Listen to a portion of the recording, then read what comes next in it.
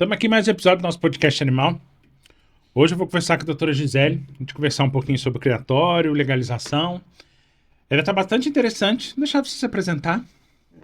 Então, meu nome é Gisele, né? O pessoal me conhece muito como Gisele Agostinho, que é o meu sobrenome, né? Na época que eu vim para Brasília tinha muitas Giseles, então Uhum. a Gisele ficou Gisele Agostinho, né? Já estou formada aí há 27 anos, dentro dessa área ambiental, 25 anos, né? Comecei trabalhando no IBAMA como terceirizado, passei um tempinho lá, foi uma boa escola, aprendi muita coisa lá dentro que na veterinária ninguém ensina, né? E a partir de dali, quando eu saí em 2006, eu já comecei fazendo consultoria, regularização, já comecei nessa área de trabalho.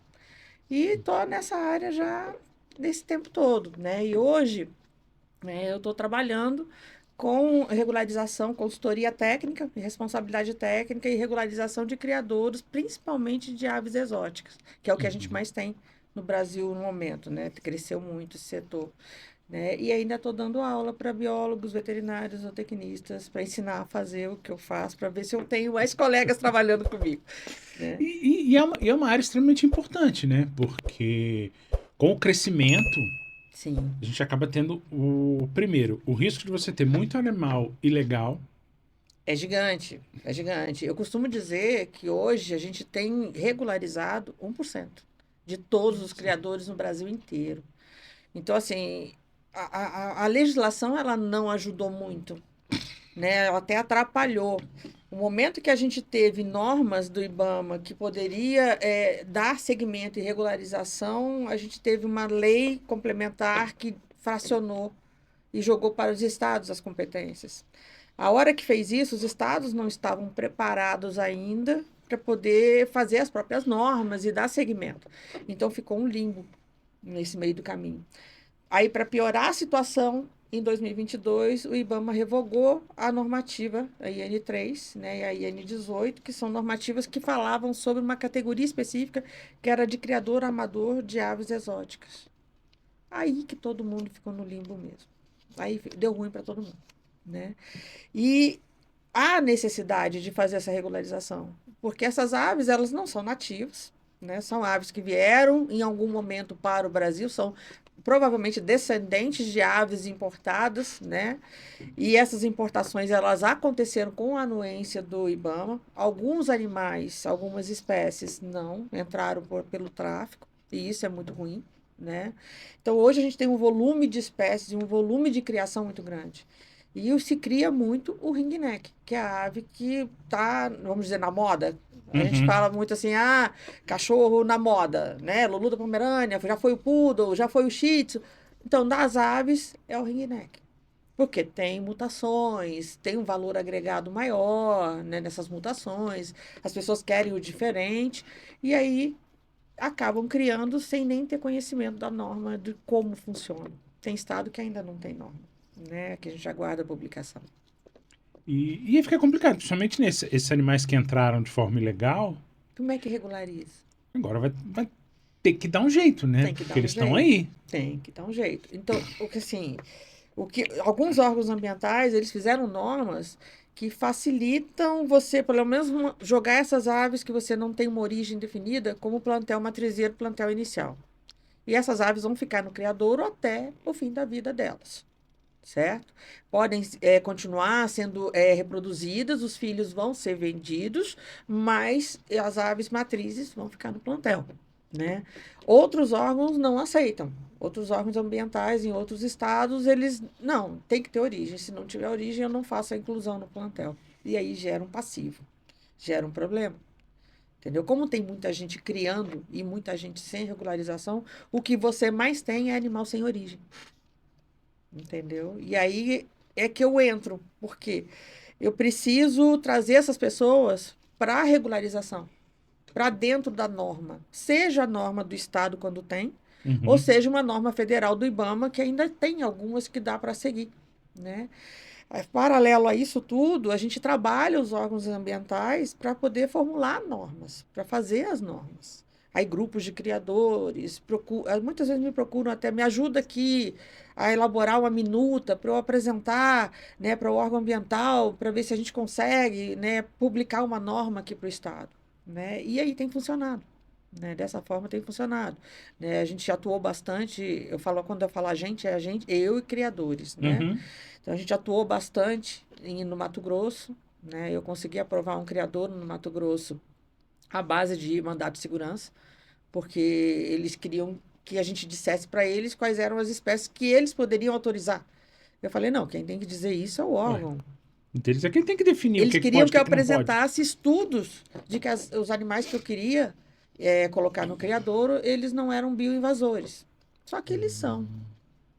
O ringneck, ele é um bioinvasor, né? Mas enquanto o Ministério do Meio Ambiente não determinar algo, ele Uhum. está liberado para ser criado no país. Tanto é que ele entrou há 50 anos atrás. Eu era um nenê.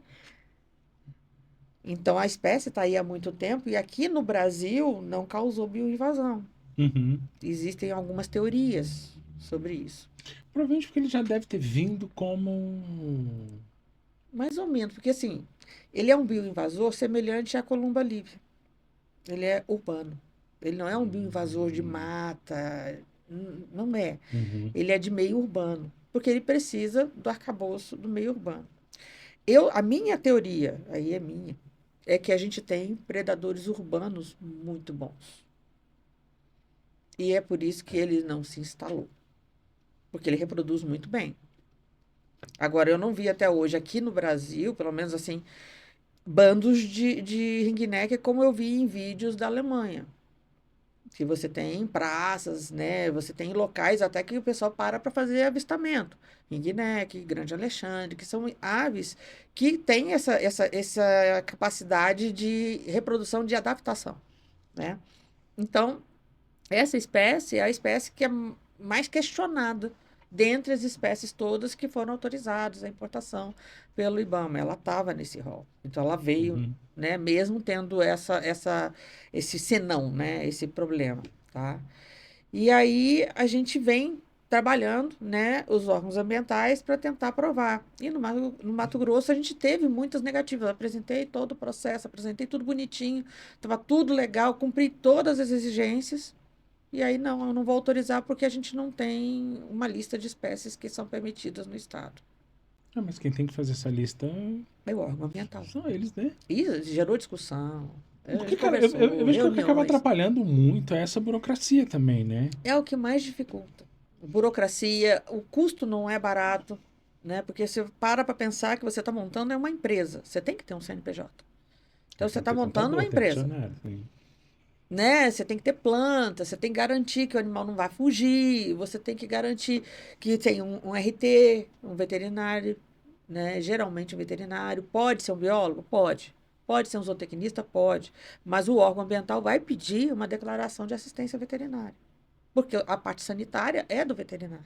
Não tem Uhum. para onde correr. Então, aconteceu em Goiânia agora. Né? Eu tenho 3 processos em andamento lá.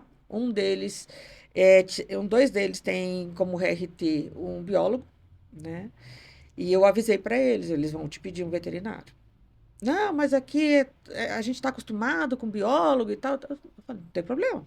Né? A minha consultoria independe da responsabilidade técnica de acompanhamento. Eu assino pelo Uhum. plano de manejo. Né? E aí, o órgão ambiental, o SEMAD lá, pediu a declaração. Aí ele, pô, bem que você avisou. Eu disse, porque a parte sanitária vai ser do veterinário. Tem que ter uma assistência, tem que ter um acompanhamento. No Rio de Janeiro, um outro processo está em andamento lá no INEA, eles contrataram também um biólogo, né? E eu expliquei, eu falei, olha, a partir do momento que a gente é obrigado a cadastrar um empreendimento que cria animais no Conselho de Veterinária para emitir um ART de documento, eles vão te pedir um RT veterinário. Isso está no nosso SISCAD, está no nosso sistema, Uhum. é assim, e no Rio de Janeiro não é diferente. E aí não deu outra. Na hora que entrou lá, eles já pediram o RT. Né? Eles ainda demoraram para achar, porque não conseguiam achar um RT que, com a conta da região, é Duque de Caxias, então é mais distante. Né? Então, eles estavam tentando achar um RT que, né, atendesse lá e que o custo não fosse uma coisa absurda, até porque eles ainda não foram autorizados, então não estão vendendo, então não tem receita. Né? Aí eles tiveram que substituir, contrataram um veterinário por conta do conselho. O conselho deu prazo, foi lá, fiscalizou, verificou direitinho, deu prazo para poder fazer. Então, assim, é burocrático. Você mexe com 3 órgãos. Você mexe com a Secretaria de Agricultura, você mexe com o órgão ambiental, o órgão de meio ambiente, e você mexe com conselhos, tanto de biologia quanto de veterinária. Então, é extremamente burocrático você montar um criador e caro. Então, por conta disso, muita gente fica de fora. Ah, eu não tenho condição agora, eu não consigo agora, entendeu? Mas e aí, nesse caso, esse criatório acaba ficando ilegal e corre o risco de perder todos os animais. Corre, corre o risco de perder.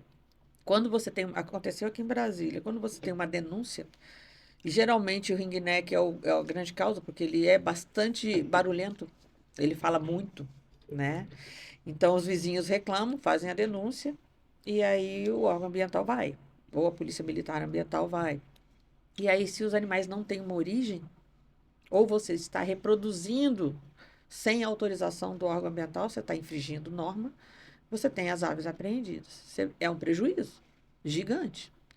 Eu falo sempre às pessoas assim, é um investimento que você vê voando pela porta.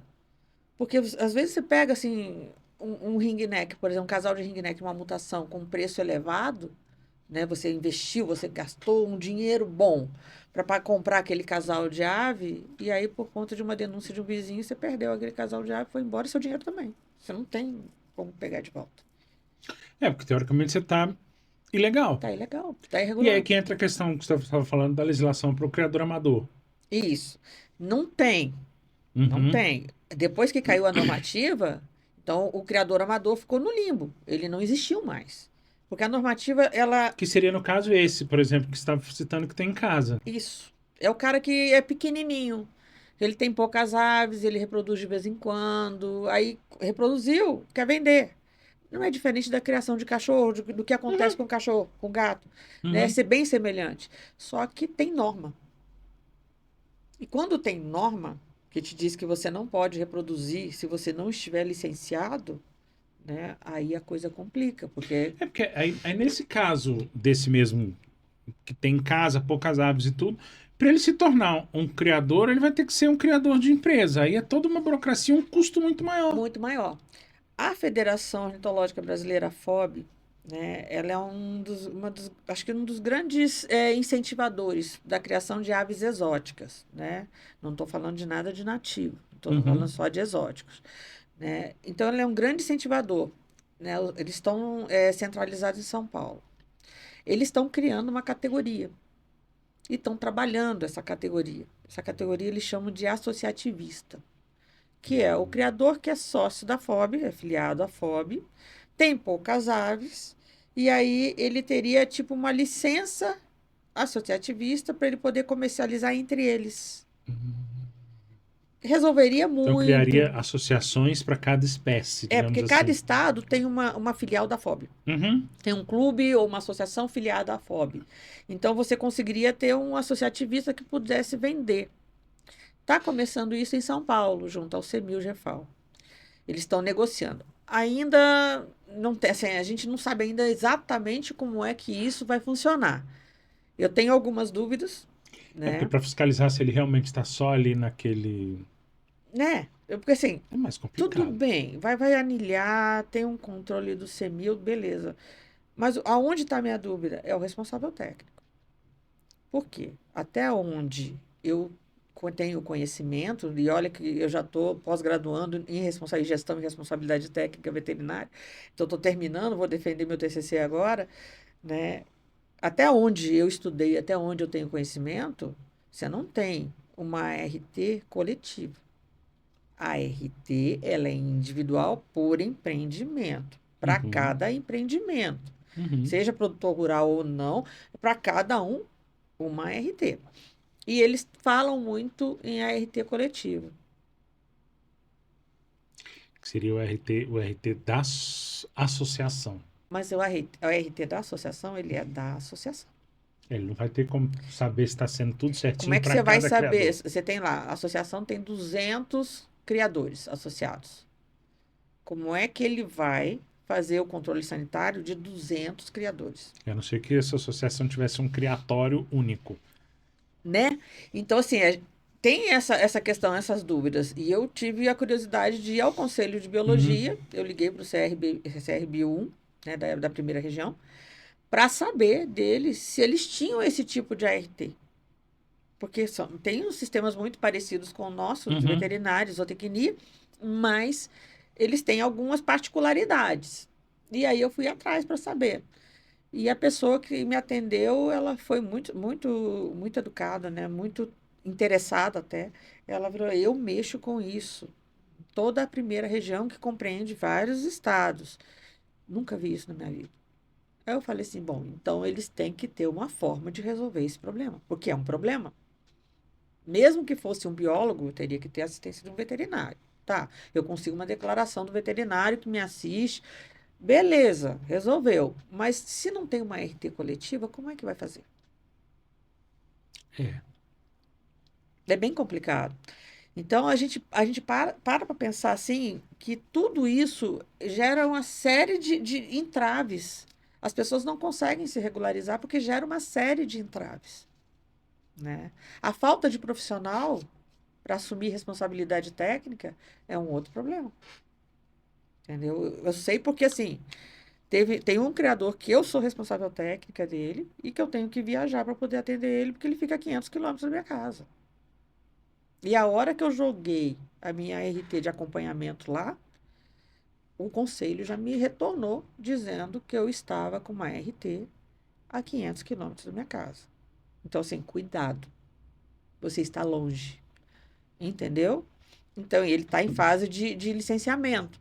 Eu vou ficar lá até a emissão da licença dele. Depois ele vai ter que arranjar alguém para Mais acompanhar próximo. mais de perto, porque não tem jeito. E olha que ele procurou muito, biólogo, zootecnista, veterinário, não achou ninguém que pudesse dar uma assistência.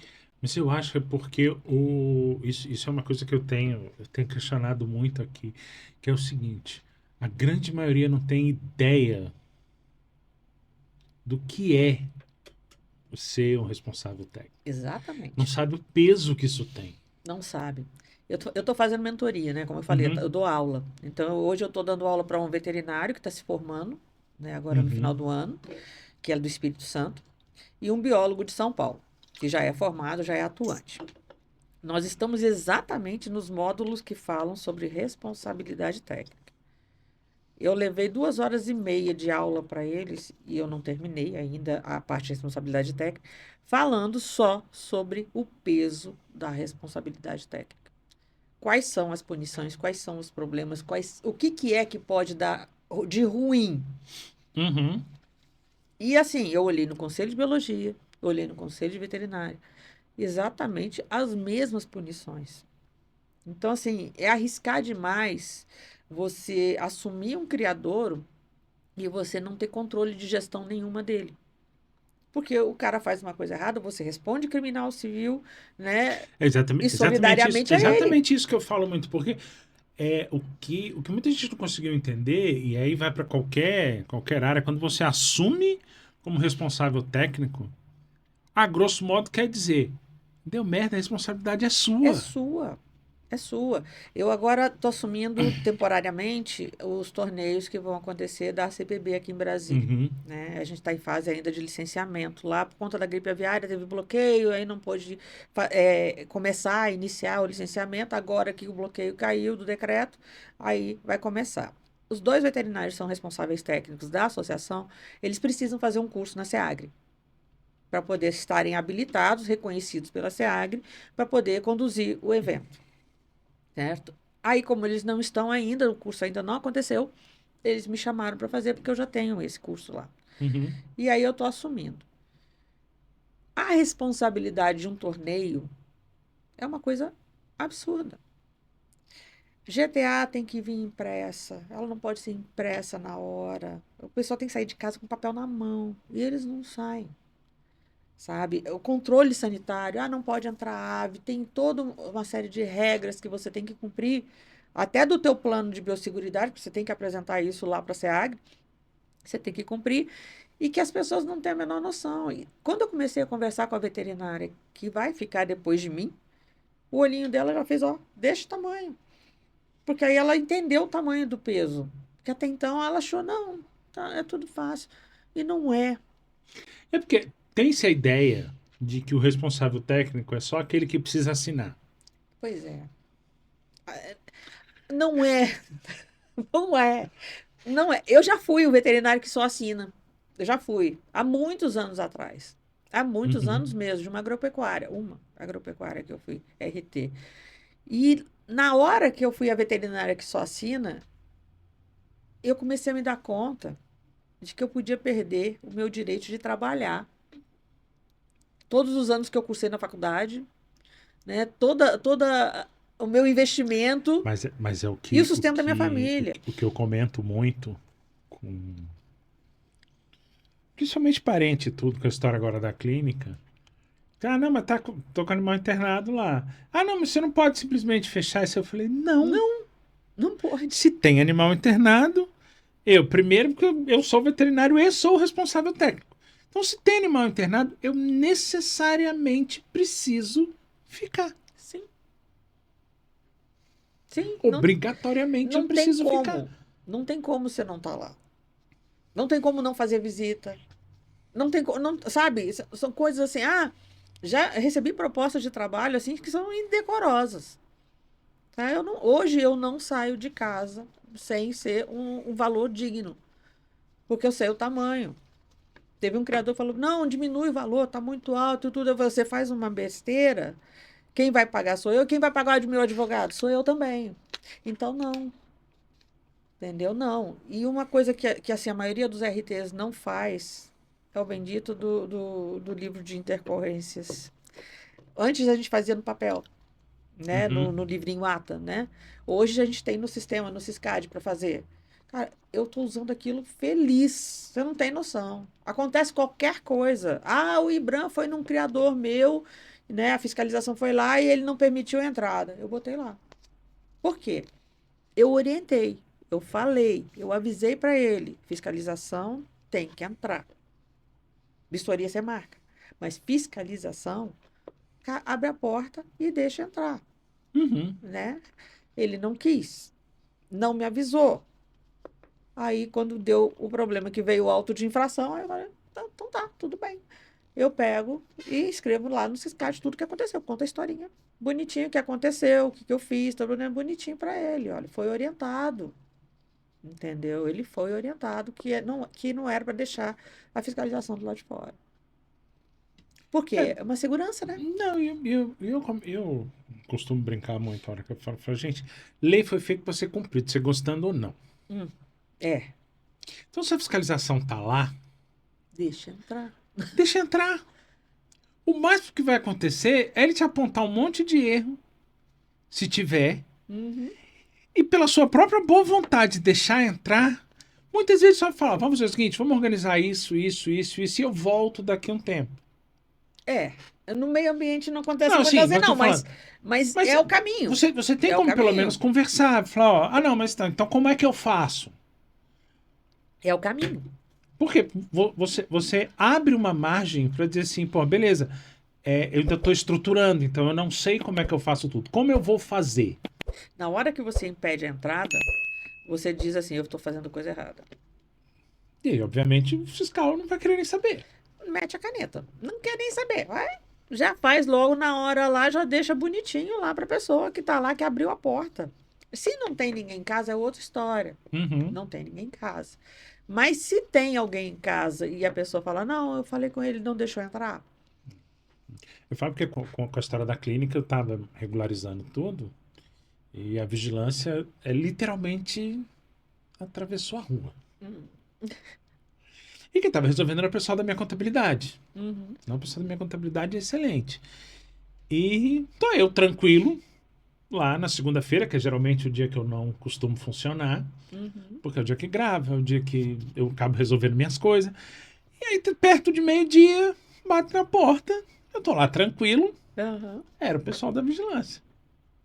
É o que eu falo, cara, como eu tô tudo certinho, Abre a porta, eu né? prontamente. É. Ó, aqui vai ser isso, aqui vai ser isso, aqui eu tô terminando, aqui vai ser assim, aqui vai ser assim. Uhum. Rapidinho, liberaram.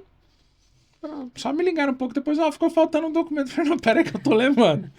Cara, é literalmente, a clínica é aqui, tem a rua aqui, o posto de saúde aqui e E a aí, vigilância fica aqui. que beleza. É vizinha.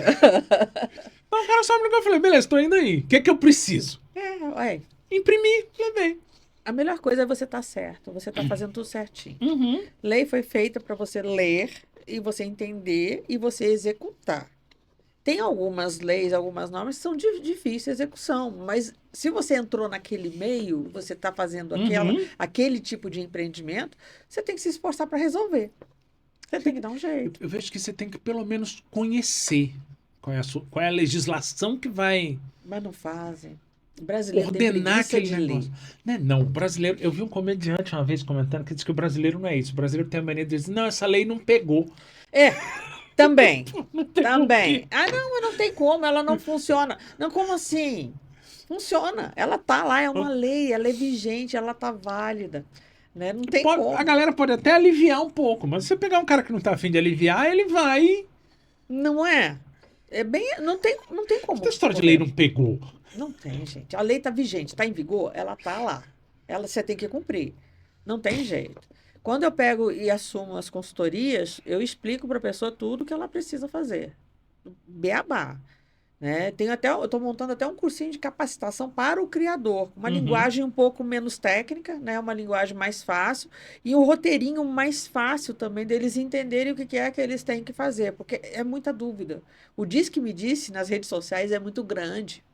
Então, assim, porque eu falei com fulano falou que é assim, falou que no estado tal é assado. Calma, gente, calma. O que que você precisa saber? Eu quero saber isso. Eu falei, então, ó, na norma tal tem isso. É simples. Não é fulano, não é ciclano, não é beltrano. Sabe, as pessoas elas vão falando sem saber. E assim, esse meio de criação de ave hoje não é o mesmo meio de criação de ave quando eu comecei em 2006. Ele é um meio muito mais elaborado. As pessoas hoje que estão criando fazem curso de genética, curso de alimentação, manejo alimentar. Porque eu vejo que comercialmente cresceu muito. Muito, muito. E o fato de você ter o seu criatório todo correto, certinho, direitinho, faz também com que o seu produto final, por assim dizer, Tem um valor agregado tenha um maior. valor agregado maior e você consiga dizer assim, ó, beleza, eu tenho aqui, ele tem também, mas o meu tem uma qualidade Com superior. certeza. O meu eu Até te garanto sanidade, eu te garanto genética, eu te garanto origem. exatamente. Exatamente. Então, hoje a gente tem laboratórios que fazem exames, né, de tudo quanto é tipo por PCR. Né? Agora mesmo eu estou tratando um criador lá do Goiás, lá de Goiânia, que ele estava com morte embrionária e aí a gente mandou os exames para fazer, inclusive mandei 2 ovinhos lá, que os embriõezinhos morreram, mandei, eu quero saber o que que é. O pool de exames é vírus, bactérias, fungos e protozoários. Eu quero saber o que que tem, se tem algum matando os bichinhos, né, para poder instaurar um plano de manejo para ele não perder mais os bichinhos dele, né, a reprodução dele acontecer. Existem doenças que não têm cura, né? E aí você vai ficar reproduzindo um animal que transmite doença que não tem cura e você vai vender esse animal para quem? Então não, tem que ter esse controle. Os criadores têm que ter. E eles estão se especializando, eles estão indo atrás do conhecimento, porque querem ganhar o retorno.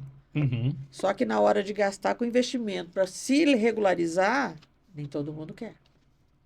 Compra ração cara, investe em matriz de alto valor agregado, entendeu? Mas na hora de regularizar, não, vou esperar um pouquinho. E é como você falou, o risco de perder aquilo ali, vê literalmente voar pela porta. É se colocar na fogueira, entendeu? Eu falo assim, gente, vocês têm tudo para resolver o problema e de repente vocês não resolvem porque não querem. Às vezes o Estado tem norma, o órgão ambiental funciona e anda muito bem, né? Não é difícil de conseguir os documentos, o local é bom, cara, tá com tudo na mão e não faz.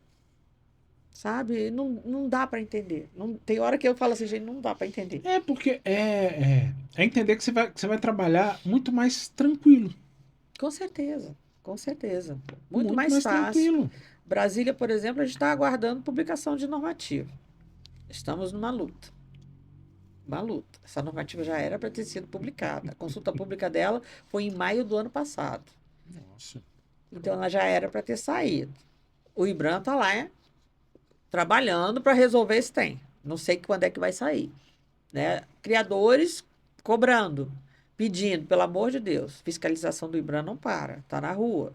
Já teve várias aves apreendidas, várias pessoas que tiveram que passar por uma fiscalização. Então, assim, cara, publica logo a norma. Mesmo que ela não seja a melhor norma do mundo, ela é uma norma. Até porque você consegue depois ir Você vai adaptando. melhorando ela, entendeu? Você vai Cria uma meio que ajustando, genérica e depois ajusta. vai ajustando, mas da publicação não sai. Entendeu? Então aqui eu falo pro meu marido, vivo falando para ele, vamos mudar para Goiás, porque aí eu consigo, né, criar meus passarinhos, porque agora eu só tenho, né? Eu não Uhum, posso criar, eu não posso reproduzir, ainda mais eu.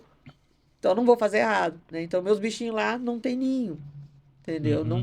Não tem o casal formado.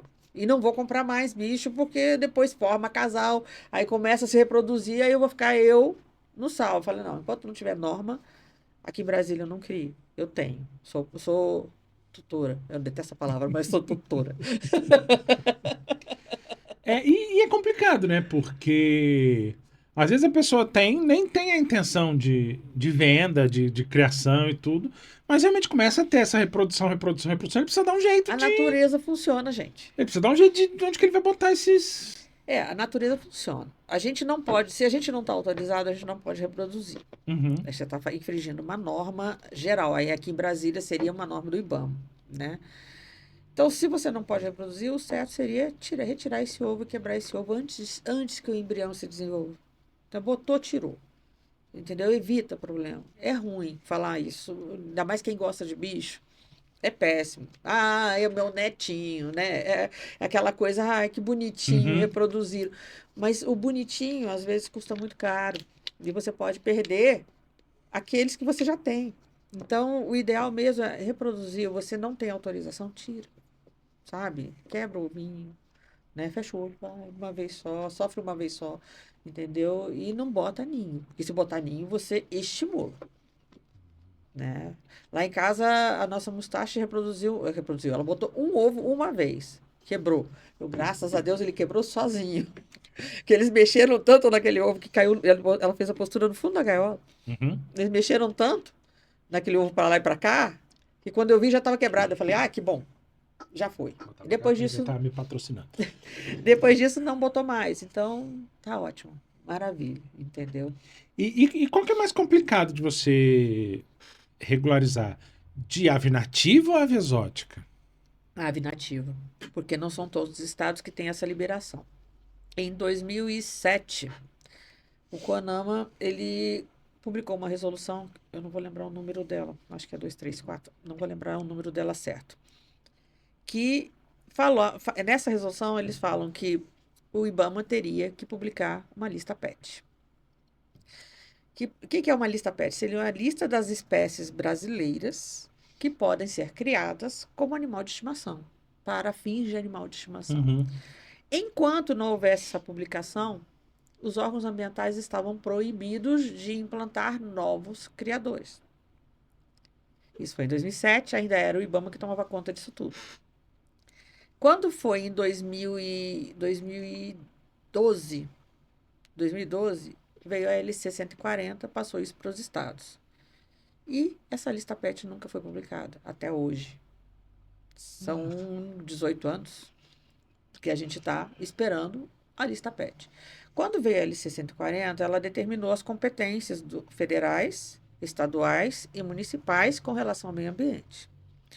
Essas competências, elas meio que ficam confusas com relação à história da lista PET. Então, hoje, tem estado que permite, que tem uma lista de espécies nativas que podem ser criadas, tem estado que tem lista das espécies que não podem de jeito nenhum serem criadas, então as outras que não estão naquela lista poderiam ser criadas, e tem estado que não permite enquanto não for publicada a lista PET. Entendeu? Então, a gente tem estados que trabalham de forma diferente, entendimentos diferentes, muita politicagem também. Porque Né? nesse que tem a lista dos que não podem, quer dizer, então, qualquer outro Pode. tá liberado. E a lista que não pode é a lista grande. E são espécies que realmente representam algum tipo de perigo. Seja uma bioinvasão, ou seja mesmo um bicho grande fugiu. Você vai criar um tigre, por exemplo. Se você não é um zoológico para animal de estimação. Não dá.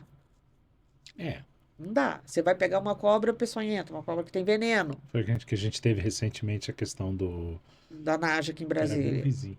Então, Ave Maria.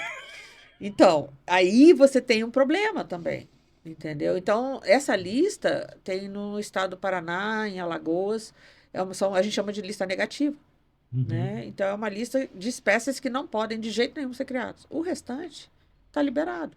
Quem é que vai dizer que pode ou não pode? O órgão ambiental. Você apresenta a sua ideia, ele vai olhar, não, essas espécies aqui são espécies ameaçadas, então, assim, o criador não tem muita experiência, é muito urbano, eles podem liberar ou não. Vai depender do crivo do órgão ambiental. E ele vai ter que justificar o porquê que ele liberou e por que não liberou. Entendeu? Agora, tem estado que é, como aqui, por exemplo, impossível. Silvestre, nativo, esquece. A mesma coisa funciona para os répteis. Né? Quando eu vi o Rabelo aqui, eu falei assim, gente, vai falar dos répteis. Ele até nem falou tanto, assim, né? Ele falou muito da parte clínica e do resgate, mas não falou tanto assim de criadouro. Tem estado que você pode ter, tem estado que de jeito nenhum, entendeu? Então, aqui em Brasília, por exemplo, teve uma menina que comprou lagartos, pogonas exóticos de um outro estado que é permitido, trouxe para cá, documentado, tudo bonitinho, e o Ibama bateu lá, retirou tudo, apreendeu os bichos todos. Por quê? Existe uma portaria, que é a portaria que diz quais são os animais que são considerados domésticos, que é a 93 e a 2489. As duas, elas falam que os répteis estão proibidos de serem importados desde 98. Então, você não pode importar, você não pode criar e você não pode ter. E aí Nossa. complicou a situação de quem compra de outro estado. Essa menina, ela comprou tudo certinho para não ter dor de cabeça. Nota fiscal, certificado de origem, GTA, atestado de saúde, bicho microchipado, tudo certinho. Mas aí ela foi denunciada, provavelmente por vizinho que viu, né? E aí levaram os bichos dela. Entendeu? Então, assim, a gente vive hoje numa colcha de retalhos de normas. Cada estado tem uma forma de agir, cada estado tem uma lei. Elas têm algumas coisas em comuns, né, que facilitam com que eu trabalhe, por exemplo, né, que eu faça consultoria, porque Uhum. os documentos, a parte burocrática é mais É ou bem menos a semelhante. mesma, porque é tudo pautado em cima das resoluções CONAMA e da IN7 do IBAMA. Então, você consegue organizar aquilo de uma forma meio que homogênea, né? Mas tem detalhes de espécie, tem detalhes de exigências que são únicas de cada estado e que você tem que cumprir, né? Então, se torna, às vezes, complicado, né? O nativo é mais complicado. Eu acho que eu não criaria. Uhum. Pelo tempo que eu já tenho de experiência e tudo, eu não criaria. Eu acho que você tem que dar muita justificativa, muito cuidado, sabe? Você não pode deslizar, você não pode cometer erro, né? Você tem que apresentar uma renovação, você não pode ter erro. Entendeu? E quem vai olhar isso é um auditor, então ele vai olhar tudo, todos os detalhezinhos, e vai te perguntar tudo. Às vezes uma nota fiscal que foi cancelada não está no meio das notas fiscais que você tinha que apresentar, e aí você tem que dizer o porquê que ela foi cancelada.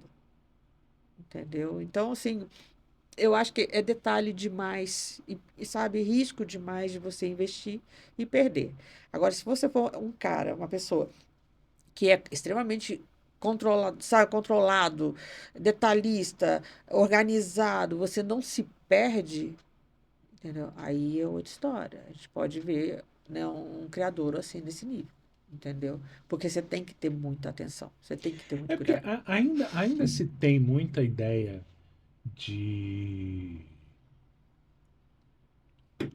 de que a maioria desses criadores não tem essa ideia da necessidade de profissionalização do negócio. Então, eles acham que é hobby. Eles vão muito na história, não, mas eu crio por hobby. Eu falo assim, você quer vender uma pena, deixou de ser hobby. Uhum. Passou a ser um comércio. Uhum. Hobby, no máximo, que você faz é uma troca. Troca figurinha, troca tampinha, troca, né?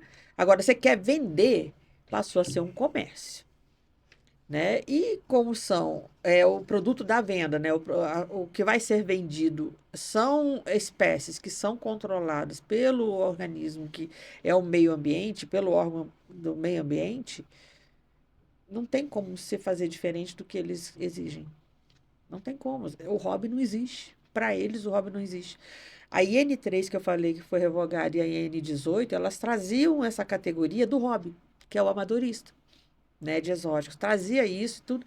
E ali naquela IN18 falava num artigo que o IBAMA, na IN18, não, na 3, falava que o IBAMA faria um sistema próprio. Como é o sistema amadorista de passariforme, que tem os CISPAs. Então, o Uhum. IBAMA iria fazer esse sistema próprio para poder fazer essa gerência desses pequenos. Nunca fez. Nunca fez. E aí, em 2022, vai e revoga e não bota nada no lugar. Mas aí eu vejo que tem muita questão de que ainda não se visualizou o crescimento que teve isso. Eu vou te falar, André, não é possível. Porque aí você me disser, a hora que vê o que consegue arrecadar. Pois é, mas eles pagam taxa para fazer isso. Por exemplo, o SEMAD cobra de um criador comercial, para começar a análise, R$ 800. Nossa, Aqui é 1.200 e pouco. nossa. Para começar uma análise, para emitir uma licença.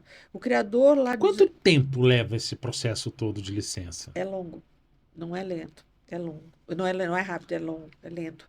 Ele, assim, você leva aí uns 3, 4 meses para montar a documentação toda. Porque você depende de engenheiro ou arquiteto para fazer planta, emitir ART. E aí você tem que estruturar tudo direitinho. Né? Você depende de montar o CNPJ, aí a prefeitura tem que emitir a certidão de uso e ocupação do solo. Isso pode ser rápido, pode demorar na prefeitura, dependendo de É qual. porque também a gente está falando assim, eu não consigo montar no quintal de casa. Consegue. Tô falando assim, mas eu preciso ter uma estrutura mínima. Eu não Tem. consigo pensar assim, beleza, vou começar a criar, vou Não, comprar os bichinhos, botar aqui, tá tudo certo. não, você tem que ter uma estrutura mínima. Você tem que montar uma estrutura que você te garanta a sanidade, aí você tem que ter uma quarentena.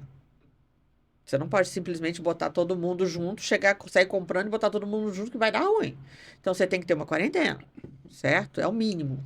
Né? Você tem que ter a área dos casais, tudo telado com porta antifuga, entendeu? Você tem que ter a parte de descarte de dejetos, então você vai lavar e aquilo vai para onde? Vai para a rede pública? Vai para a fossa? Qual é o sistema que você vai usar? Então, assim, não é uma coisa simples. Uhum. Pode ser uma coisa pequena, mas não necessariamente é uma coisa simples. Você tem que ter uma Não, estrutura quando eu mínima. falei isso de quintal de casa, é exatamente isso. O cara pensa assim, beleza, tô a fim de vender, vou montar aqui de Tem qualquer gente que fala jeito. assim, você pode botar na garagem da sua casa. Eu vi essa propaganda. Não é bem assim. Não é bem assim. Tem algumas coisas que são exigências. E quem vai dar essa exigência é o órgão ambiental? Na norma não fala isso. Mas na hora que você contrata um profissional para fazer seu plano de manejo, ele vai falar, ó, você tem que ter a quarentena, você tem que fazer o descarte de resíduo correto, bicho morreu, você não pode enterrar, não pode jogar no lixo, você tem que descartar ele de forma correta. Então, tem que contratar uma empresa para coletar, né? Você tem que ter o veterinário, o responsável técnico, vai te acompanhar. Então, a coisa muda de figura na hora que você começa a dizer o que precisa. Porque lá na norma, fala assim, você precisa de ter esses documentos e jogar aqui dentro do sistema, né? Passar aqui para a gente, protocolar, e a gente vai analisar. Geralmente é trifásico, então você tem a autorização prévia, que é quando você faz a solicitação, ela não te dá direito de funcionar. Aí é que você Mas apresenta a aí essa documentação. autorização prévia te dá o direito de você começar a estruturar. Não, não precisa. Na verdade, assim, as pessoas fazem isso. Elas Uhum. começam já construindo. Às vezes já está construído, né? Mas a regra é você fazer a solicitação, apresentar a documentação. O órgão ambiental vai analisar, vai falar, legal, tá tudo certo, eu posso implantar. Então, eu vou te dar autorização de instalação. A partir daqui, Hum. você vai começar a colocar um tijolo em cima do outro. Você vai começar a construir. Quando você tiver construído tudo, tiver tudo pronto, conforme você me apresentou no papel, aí você vai me avisar e eu vou agendar uma vistoria. Tá tudo certo na vistoria? Não tem problema nenhum, não tem nada? você vai aguardar a emissão da autorização de uso e manejo. Aí, depois da publicação dela, você vai poder começar a trabalhar, começar a reproduzir. É isso, é trifásico. Então, você leva uns 4 meses montando essa documentação toda, aí você vai fazer o protocolo e aí você vai ter prazos de cada órgão ambiental para isso. Tem órgão ambiental que em 2 meses já tem uma pré-análise e às vezes vai fazer uma pré-vistoria, que nem aconteceu no SEMAD em Goiás. Né? Eu protocolei, 2 meses depois, Gisele, nós vamos lá dar uma olhada no local. Precisa estar construído? Não, não precisa estar construído. Mas eles vão ver se o local é realmente aquilo que eu coloquei no papel. Né? Então, foram lá, verificaram, está aprovado, beleza, vamos dar sequência. Daqui a 30 dias, eles emitem a autorização de instalação. E aí ele vai fazendo a reforma dele, ele vai começar a arrumar tudo conforme está na planta, tem que ser como está na planta. Né? Tudo certo, bacana, eles vão emitir. A Goiás funciona assim. Tem estado que você protocola, demora um tempão para começar a análise. No Rio de Janeiro, por exemplo, eu protocolei em fevereiro. Ele foi até a parte de triagem, porque eles têm uma triagem de documento. Aí eles questionaram o documento de uso do solo. Lá é uma área rural. Então a prefeitura de Duque de Caxias falou que não tem outro documento, a não ser não é uma certidão de uso do solo, é um outro documento, uma declaração da prefeitura, né? Aí eu reapresentei o documento, né? E aí ele foi para a área de análise. Eu liguei na semana passada para lá e ainda não tinha iniciado a análise. Nossa. Então, assim, tem órgão ambiental que demora um bocado para analisar. Às vezes é a demanda deles de trabalho, da quantidade de analista para fazer só isso é muito pequena, então eles fazem multifunções, e aí acaba que não dá tempo, então vai andando devagar. Eu sei, porque eu já sentei na mesa do lado de dentro, e eu conseguia fazer um processo por ano, porque eu tinha muitas atribuições dentro do IBAMA e eu não conseguia sentar e analisar tudo de uma vez só. Até pelo que você falou, o número de documentação também é grande, né? Você tem que olhar tudo, aí você tem que olhar data, validade, você tem que olhar tudo. Um documento fora da validade, passou batido, dá um problemão. E o cara que está analisando é o cara que vai assinar o documento, então ele não vai botar o dele na reta. Entendeu? Então ele tem que ter certeza de que está tudo correto. Entendeu? Então vai levar. Eu sempre, quando as pessoas perguntam, quanto tempo leva? Eu falo, pode botar aí uns 12 meses, 1 ano e meio, vai depender do órgão ambiental. Então, quando eu faço assim, eu faço um contrato de consultoria, eu falo assim, gente, vocês são meus filhos, eu só largo a mão depois que tiver com a autorização de uso e manejo na mão. Então, assim, eu vou com vocês o tempo que for necessário. Às vezes o processo ele volta, né? Volta para correção.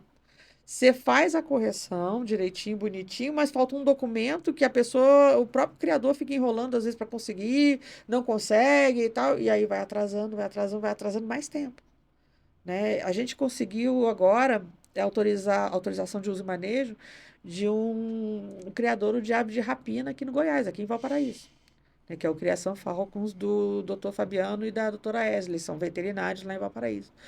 E foi uma luta de 3 anos para montar tudo, aí volta. Não, eles querem saber, eles querem uma planta detalhada com identificação de cada recinto para cada tipo de ave, tudo bonitinho, né? A planta teve que ser toda refeita. Isso demorou um tempo.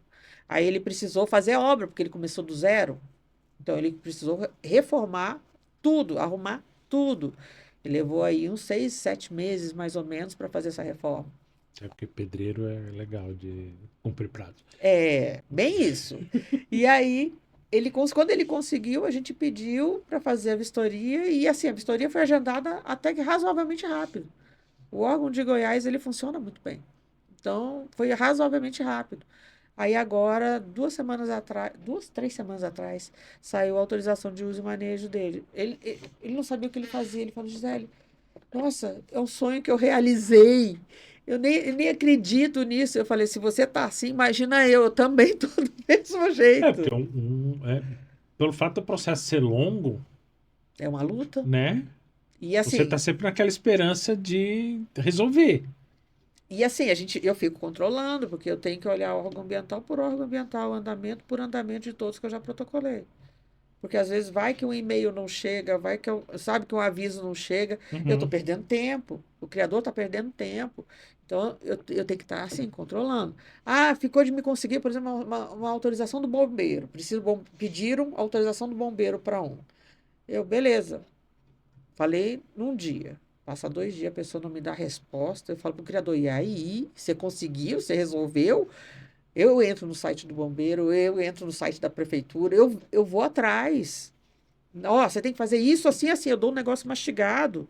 Porque tem coisas que dependem, por exemplo, do Gov. Uhum. Eu não vou ficar pegando senha e Gov de todo Não. mundo para entrar. Não tem sentido, né? Então eu falo, ó, você vai ter que entrar no Gov.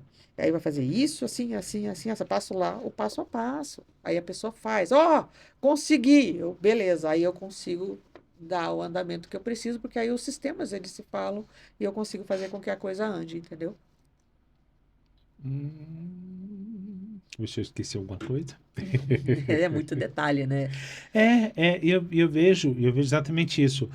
É, quando você quer trabalhar de forma legalizada, certinho, é muito detalhezinho que você precisa atender para que você não venha ter problema. Sim, sim. Você tem que atender tudo certinho. Não dá para fazer a coisa mais ou menos. Não tem o mais ou menos, né? Aí quando a gente explica tudo isso, às vezes assusta. A pessoa corre. Hum, hum, hum. E tem algum caso de criador que serve como modelo? Tem, tem alguns criadores que servem como modelo. Tanto modelo de, assim, de uma regularização recente, esse Criação Falcos, ele é um modelo. Uhum, Porque a falcoaria ela é uma arte. E uhum, por ser uma arte, ela está presente nas normativas. Mas, por exemplo, ele não é um criador comercial que vai poder vender para consumidor final. Por exemplo, você chega lá, você quer comprar. Não. uhum. A não ser que você tenha um curso de adestramento para falcoaria, você seja credenciado para isso, aí sim você pode comprar ave.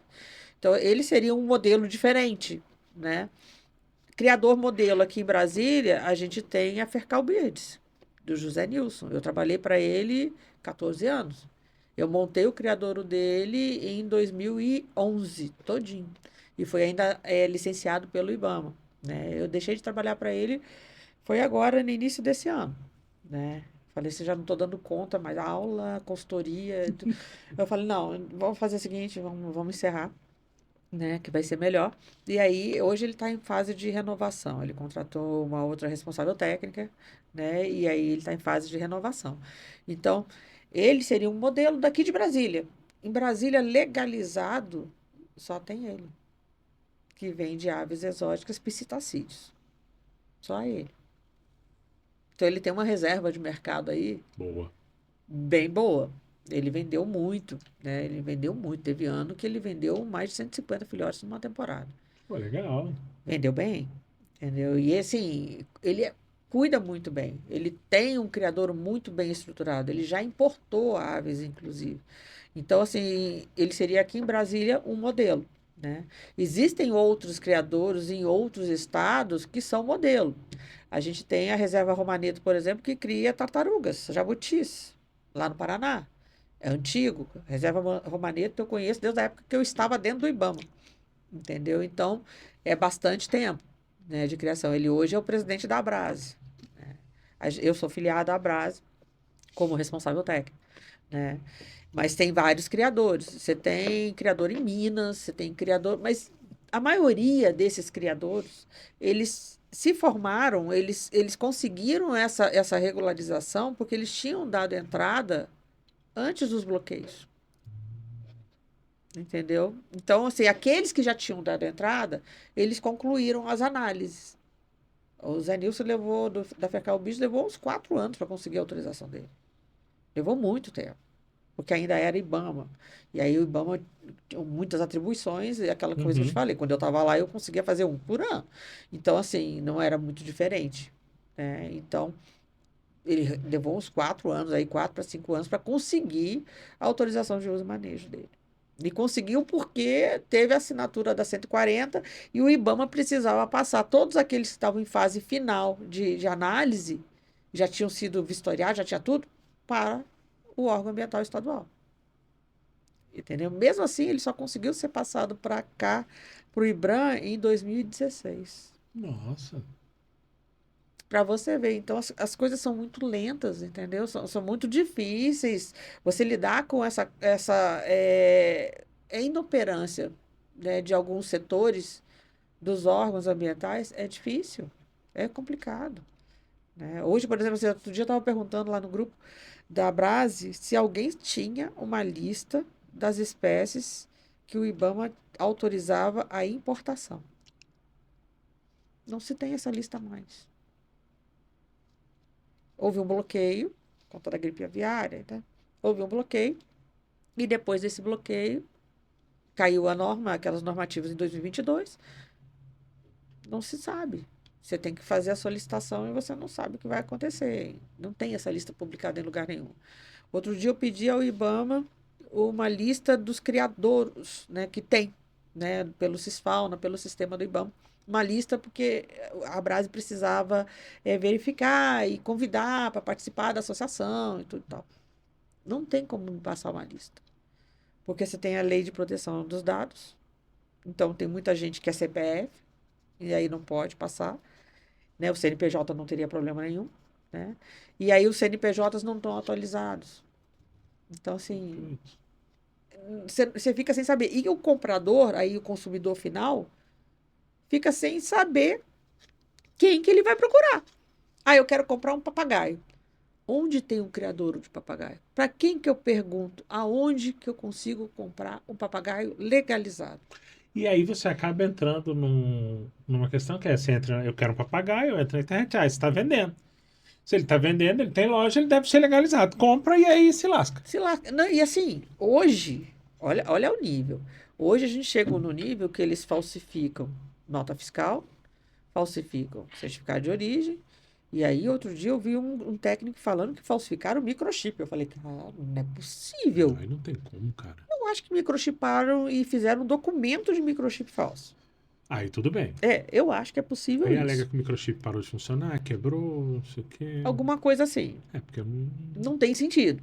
Mas, assim, as pessoas que são leigas, elas não têm a menor noção de qual é o documento. Né? Eu mudei o meu Instagram há pouco tempo.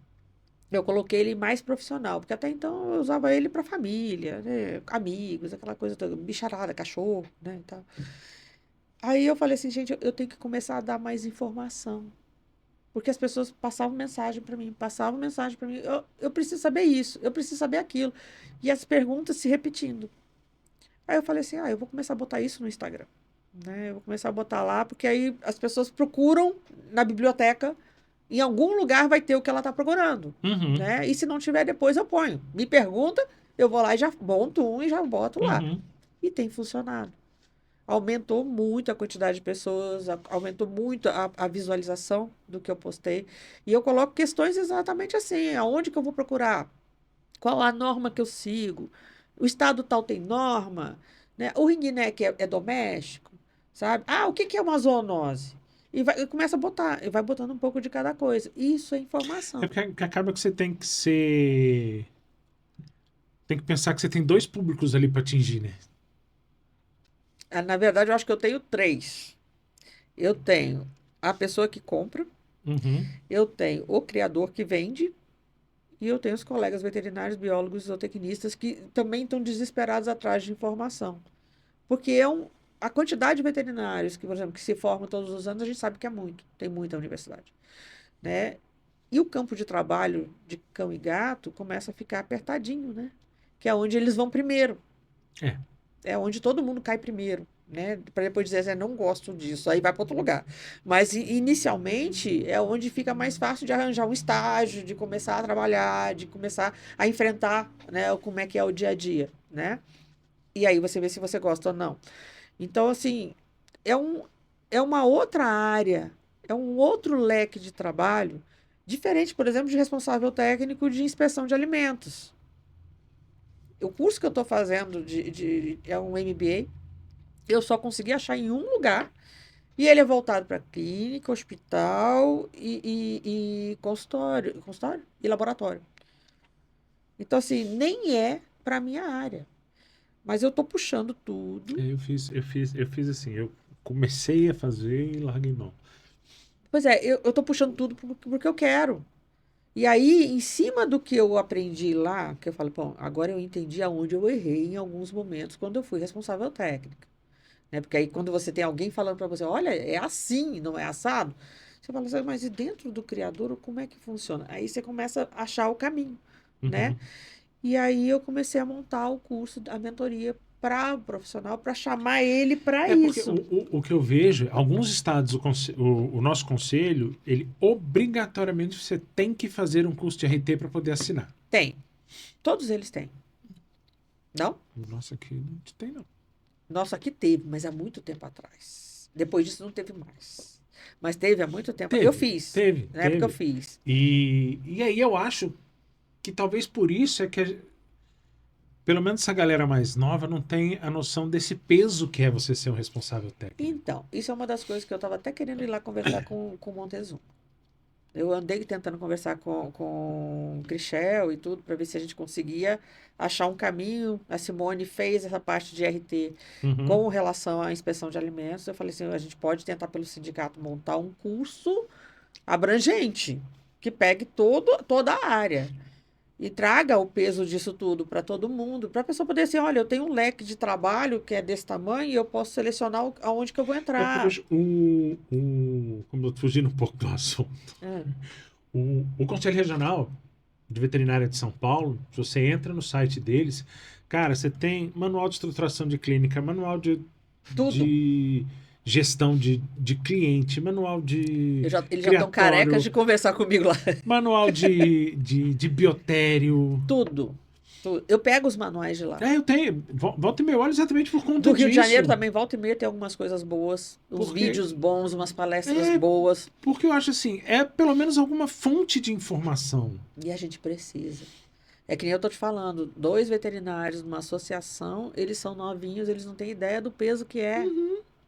Eu falo exatamente porque quando eu virei, falei, beleza, tô com consultório, vou ampliar para clínica.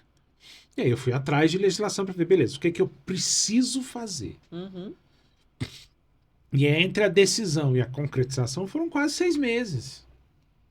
Você imagina que antes da 1562, eu fui obrigada a fazer inscrição em outros estados para poder emitir uma RT de documento. Briguei horrores. Porque eu falei, gente, não é possível, eu tenho que pagar anuidade, pagar isso, para poder emitir uma RT de um documento. Ah, porque você vai exercer a função. Eu falei, eu não vou exercer a função. Eu vou fazer o projeto, eu vou fazer o documento. E essa RT de documento, ela já existia há muito tempo. Há muito tempo. Eu conversei no Conselho Federal, né? Até eu esqueci o nome do rapaz, mas ele trabalhava na área de direito, a parte de advocacia lá dentro. E eu pedi para ele, me ajuda, porque assim, eu estou tentando falar com o Conselho de São Paulo, e o Conselho de São Paulo quer que eu faça a inscrição, e eu não tenho que fazer inscrição lá.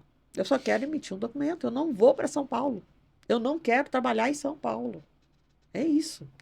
Aí ele me passou ele, não, eu vou te passar por e-mail. Aí ele me passou por e-mail. O e-mail que ele me passou, eu peguei e passei para São Paulo, e aí o Conselho de São Paulo entendeu o que eu queria. Aí eu não precisei fazer inscrição lá, mas eu fiz no Amapá, eu fiz no Mato Grosso, eu fiz no Rio de Janeiro, entendeu? Eu fiz aqui em Goiânia. Goiânia, tudo bem, todo lado, eu ainda consigo ir lá trabalhar, né? Uhum. Então, Meu primeiro foi fiz aqui em Goiânia. Foi Então, na época assim, que a gente não tinha o conceito. Tá falando exatamente na transição entre federal e regional aqui. eu vim Precisava para trabalhar, eu falei, cara, eu preciso ter o registro. fez em Aí Goiânia. eu fiz em Goiânia. Eu fiz aqui direto no Conselho Federal. Quando tomou posse a diretoria aqui, aí foi que eu. Meu CRMV é 0894. Olha como eu sou velha. O meu é 1301. Aí, eu ainda tô mais velha que tu. Aí o que. E aí o que eu falo, o meu aqui é 1301, mas no Goiás ele era 3.000. Aí, Isso há 20 e tantos anos atrás. vai lá agora pra você ver a quantidade de gente que tem. É absurdo. Então, porque eu guardei, porque era um número muito redondinho, cara. Lá no Rio, quando eu terminei, era 5.345. 5.000 e pouco já, naquela época. E quando eu fiz a minha inscrição novamente lá, né, que eu vim de lá, então a primeira inscrição foi lá. Aham. Quando eu fiz novamente lá, eu peguei o número de volta. Então eu tô com o mesmo número de quando eu me formei, né, lá no Rio de Janeiro. Mas assim, acaba que assim, cara, foi difícil de conseguir fazer com que o conselho entendesse, né? E aí quando veio a 1562, eu falei, pô, melhorou, ficou melhor, né? Caiu aquela questão da carga horária, então eu consigo negociar a carga horária e tudo mais, ou menos, né? Mas eu consigo negociar alguma coisa. Mas assim, você começa a ver que mesmo a 1562 sendo nova, você não tem ainda uma visão da parte que eu trabalho dentro dela. Você não tem. Ela fala de clínica, ela fala de multirão de castração, ela fala de algumas coisas, mas ela não cai para o meu lado, né? A 1177 obriga qualquer criador a fazer o cadastro no conselho. E isso também gerou uma celeuma. Por quê? Conselho de biologia, conselho de veterinária. Biologia, né? Você está lá, eles têm lá a área de silvestre, nativo e exótico. Veterinário tem o zootecnista, tem o veterinário. Tem os dois. Quando eu faço um plano de manejo para um criadouro, eu vou emitir uma RT. Para emitir a RT, eu tenho que cadastrar o cidadão, né, a empresa lá dentro. Na hora que eu cadastro, ele me obriga, o responsável técnico veterinário. Só que, assim, não é uma clínica, não é uma atividade que eu entendo como sendo exclusiva do veterinário. A criação em si, não. É a parte sanitária. Sim. Concordo. Esse aí ninguém tira, né? Mas a criação em si, não. Tanto é que os órgãos ambientais aceitam qualquer uma das três profissões. Mas aí essa questão é uma das coisas que eu falo, às vezes brincando, é o seguinte: eles colocam a gente como responsável por qualquer produto de origem animal. Uhum. Beleza? Beleza. Por que que uma produção de mel tem que ter um veterinário se a gente nunca nem ouviu falar de abelha? Então, é porque é bicho, né? Mas Só porque concorda é bicho. comigo? Concorda comigo? Concordo, é só porque é bicho. O que que eu sei de abelha? Nada. Mas tem curso. Já, Não, já sim. vi que tem. Até falei pro meu marido, vou criar abelha sem ferrão. Sim, mas você concorda comigo que aí você acaba ficando nessa de. Pô, beleza, então mel, é abelha é bicho, botar o veterinário. E a Só grande que maioria não. dos veterinários não sabe absolutamente Nada. nada. A gente não aprende nada. Eu não, de abelha eu não sei nada. Não, também não. De abelha eu não sei nada. Nada, nada, nada, nada. Eu também não. Aliás, de insetos no geral, eu conheço só os que são perigosos. E aí eu acho que exatamente em função de ficar meio quadrada essa história, acaba que essa parte de criatório, como a grande maioria dos conselhos, e aí eu vejo, eles focam muito produção, Isso. pet, cão e gato. Isso, acabou. Mas esquece o resto. E o resto está crescendo E absurdamente. aí fica nesse sem saber como fazer. É exatamente isso. Fica sem saber para que lado vai. E os veterinários que estão saindo, eu fico assim, cara, não sei quais são as minhas oportunidades, eu não sei o que, que eu vou fazer. Entendeu? Não sabe. Porque a faculdade em si, ela não fala muito. Esse menino que eu estou dando aula, ele começou fazendo a mentoria comigo porque o pai dele está em processo de regularização comigo. Uhum. E aí eu falei, ó, eu vou fazer um curso. Ah, vou botar meu filho para fazer porque ele vai me ajudar. Mas tem que ver se ele Então, quer. ele começou meio que assim, cara, eu vou ajudar meu pai. Até porque a tendência é ele herdar o sítio do pai. Uhum. Porque os outros dois irmãos têm outras atividades e tudo. E aí ele começou, né, a fazer o curso. Ele falou, Gisele, mudou completamente a minha visão. Mudou completamente a minha visão. Porque eu sei que é burocrático, eu sei que é difícil, porque eu vou do passo a passo do beabá, né? Eu começo nas normas, nas regras, nas leis, resoluções. Na parte tudo que chata. tudo chato, tudo chato. Eu falei assim, eu sei que vocês vão achar isso terrível, mas vocês têm que saber. Eu não posso passar por isso aqui sem dar a devida importância. né? Uhum.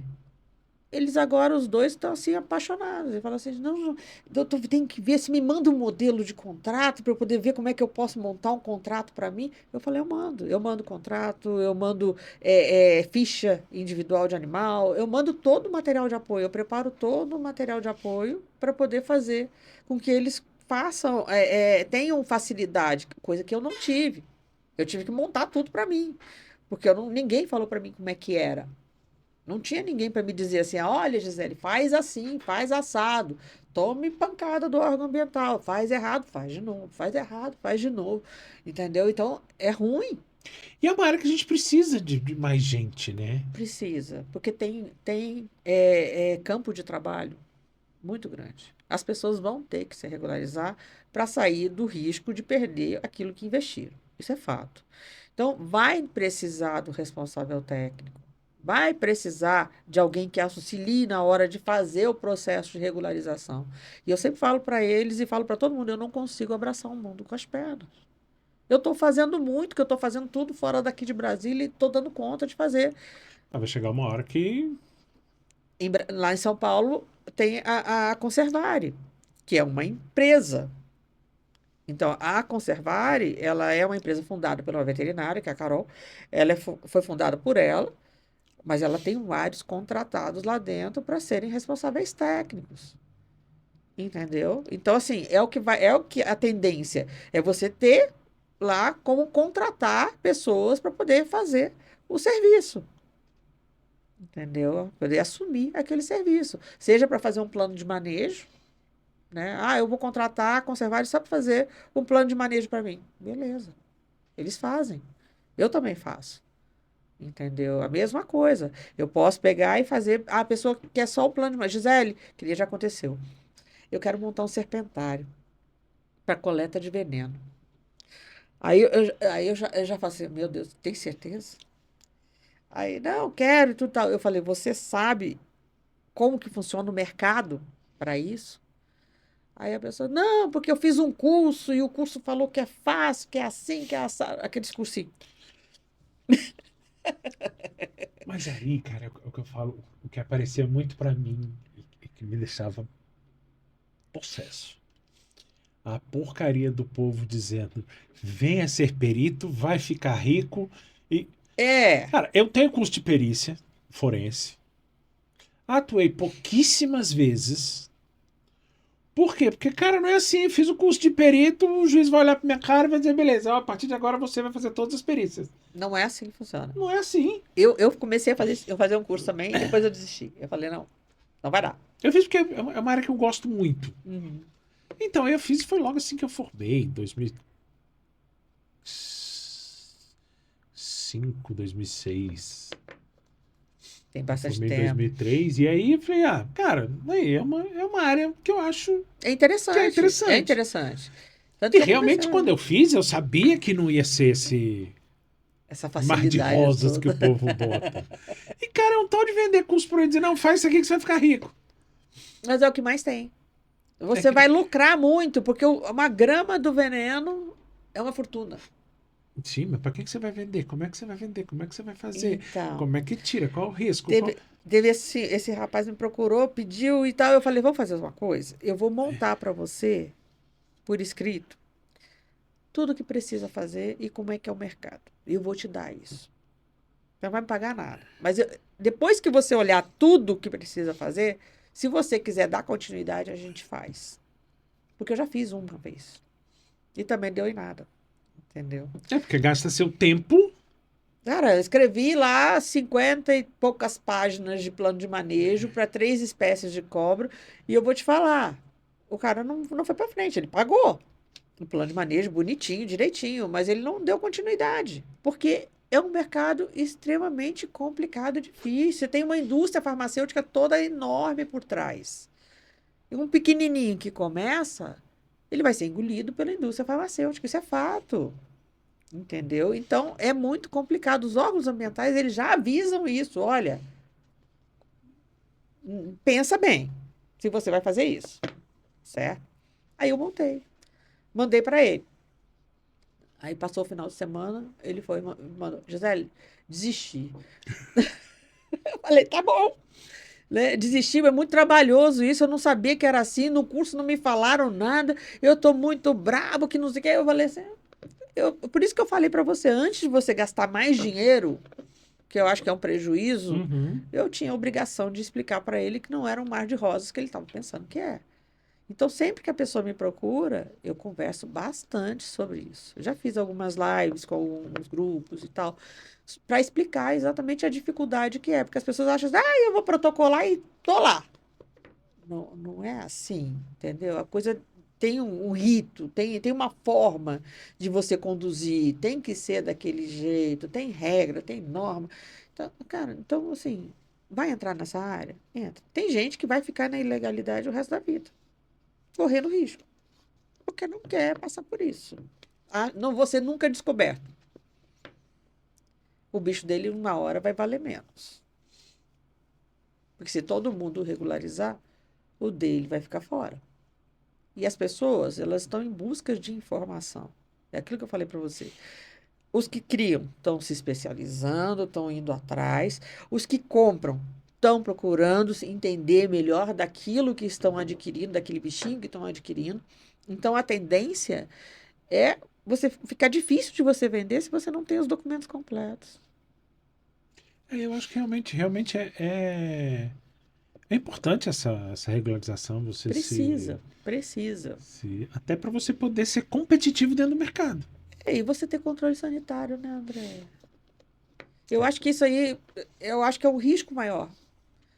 Hoje a gente vem eu falo que assim, a gente vem de um Brasil, né, de 50 anos atrás, em que você não levava em consideração nenhum tipo de risco sanitário em animal de estimação. Nenhum.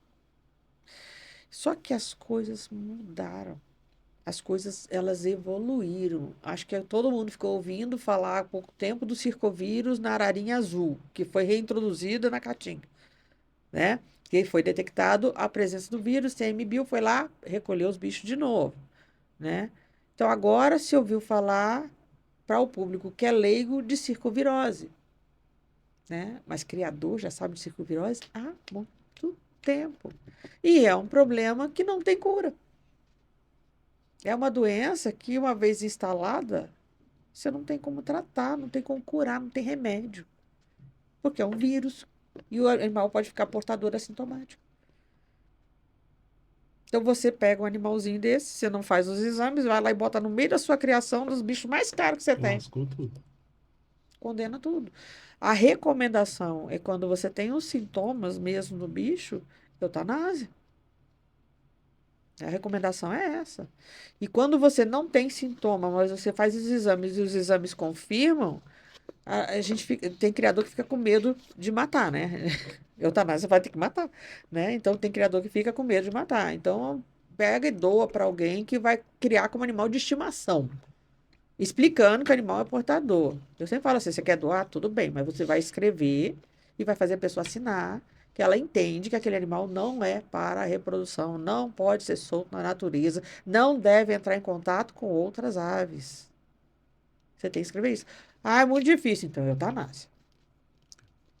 Não tem jeito. Entendeu? Então, a gente precisa estar junto, como veterinário, para fazer esse controle sanitário. Tem que existir.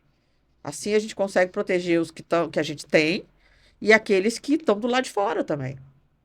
Né? Porque escapa uma ave dessa com circovirose para o meio ambiente e se instala, você bota em risco todo a fauna, toda a biodiversidade, toda a ave e fauna. Né? Então tem que ter muito cuidado. Eu acho que é importante para a gente isso. Bom, já pelo adiantado, da hora. E se deixar, a gente fala aqui até amanhã. Fala mesmo. Né? Para descontrair, antes da temida roleta da Ianca, são perguntas e respostas rápidas, tá?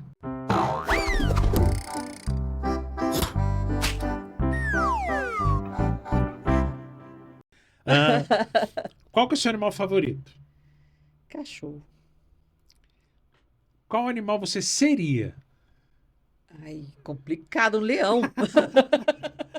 E quais que são os maiores desafios dentro dessa área de licenciamento, regularização? Então, é conseguir convencer as pessoas de que elas têm que fazer isso, que elas têm que se regularizar para sair do risco, sabe? Eu morro de pena. Eu acho que todo mundo tem que criar o que gosta de criar. Eu Uhum. sou da veterinária raiz, do tempo que fala assim: eu quero criar um boi, eu vou criar um boi. Eu quero criar um papagaio, eu vou criar um papagaio. Só que a gente tem regras para isso. E a gente tem que cumprir as regras. Então, é conscientizar as pessoas, eu acho que é um desafio muito grande. Um sonho. Ter a minha casa e criar os meus passarinhos. Se você pudesse ter alguma característica de algum animal, qual seria? Talvez fosse a sagacidade assim, de um felino. Eu gosto muito dos felinos, né? Eu gosto de cachorro, mas selvagens, assim, eu tenho um apreço bem grande pro felino. Mas eu acho que eles são muito sagazes, eles são muito observadores, sabe? Eu acho que seria a espécie. Filme, desenho ou série? Que tem algum animal que você goste? Bom, Lessie, né? Eu sou da época da Lessie. Lessie, Benji. Rintintim, eu sou dessa época, né? É. Eu assistia tudo que era de bicho de criança. Então, assistia Mundo Animal, aí passava os elefantinhos, assim. Então, é isso. Então, Lassie talvez fosse os filmes, assim, que eu mais É, assisti. cara, eu me lembro bem Lessie. Tinha o Benji também, que era o Tio Benji. vira-latinha. Tio Benji também. Ah, tem algum animal que você tem medo? Não, não tem. Meu marido fala o tempo todo assim, vem cá pegar esse calango, essa lagartixa. Eu vou lá e pego. E qual que é a melhor parte de trabalhar com licenciamento? É você conseguir a autorização de uso e manejo, ver a felicidade na cara, assim, estampada na cara da família, assim, de todo mundo, da felicidade da pessoa. De poder estampar e falar assim, olha, eu consegui, sabe? Porque é uma luta, Uhum. né? Realmente é uma batalha bem grande. E eu sei que eu estou trabalhando com o sonho das pessoas. Então, realizar sonhos, né, é uma felicidade, é uma alegria muito grande. E qual que é o maior mito dentro do licenciamento para esses criatórios? Ter as espécies aprendidas, ter as aves aprendidas. Ser objeto de uma fiscalização, né, às vezes truculenta, ter o fiscal na sua porta, armado, porque eles chegam assim, né, eu já vi. Ter as suas aves apreendidas, ser tirado o seu direito de criar, ter a sua casa invadida, sua intimidade invadida Uhum. e a humilhação dos vizinhos. Isso é muito ruim. O pessoal separa também aqui a questão da dica.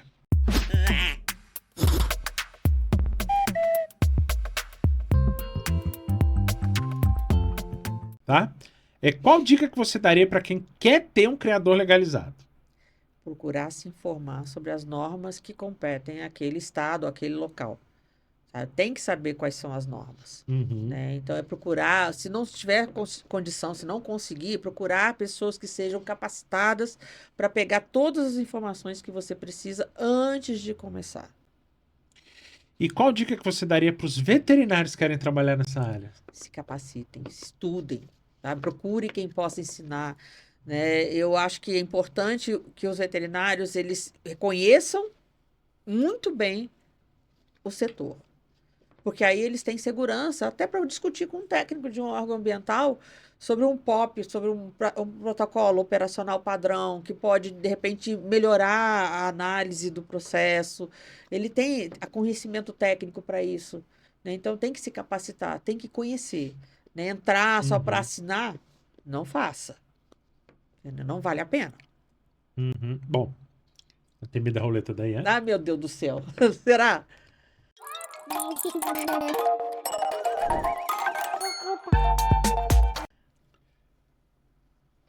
Vamos ver o que vai acontecer.